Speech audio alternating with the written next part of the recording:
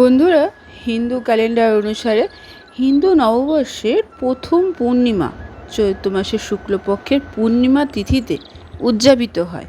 এটি চৈত্র পূর্ণিমা বা চৈতী পুনম নামেও পরিচিত। পূর্ণিমার দিনে চাঁদ ঈশ্বর আর পূর্ণ আকার ধারণ করে। চৈত্র পূর্ণিমাকে ভগবান বিষ্ণু ও মাতা লক্ষ্মীর পুজোর জন্য খুবই গুরুত্বপূর্ণ বলে মনে করা হয়। এছাড়া শুভ ফল লাভের জন্য এই দিনে উপবাস পালনও করা হয়ে থাকে। তাই আজকের পর্বে আমরা জানব চলতি বছরের চৈতী পূর্ণিমা বা চৈত্র পূর্ণিমা কত তারিখে পালন করা হচ্ছে, তার শুভ সময়সূচি এবং পুজো পদ্ধতি। এবং এই পূর্ণিমার আরও একটি গুরুত্বপূর্ণ অংশ কী তা আজকের পর্বে জানব।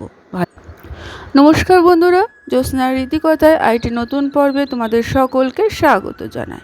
আজকের পর্বটি যদি তোমাদের ভালো লাগে অবশ্যই শেয়ার করে দিও, আর পাশে রাখা বেল আইকনটিকে প্রেস করে রেখো যাতে পরবর্তী ভিডিও নোটিফিকেশন সবার আগে তোমাদের কাছে পৌঁছে যেতে পারে। বন্ধুরা, চৈত্রী পূর্ণিমা চৈত্র মাসের শুক্লপক্ষে পূর্ণিমা তিথিতে শুরু হবে।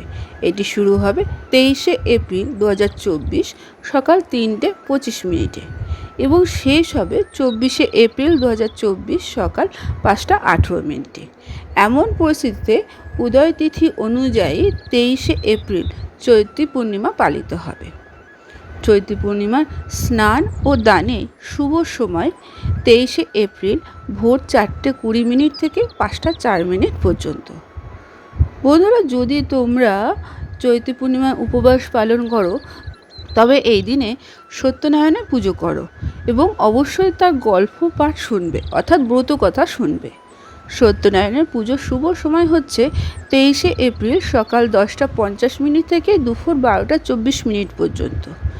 সন্ধ্যায় চাঁদকে অর্ঘ্য নিবেদন করে উপবাস ভঙ্গ করবে।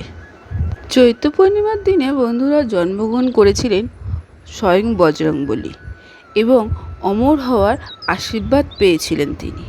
তাই চৈত্র পূর্ণিমার দিনে পালন করা হয় হনুমান জয়ন্তী।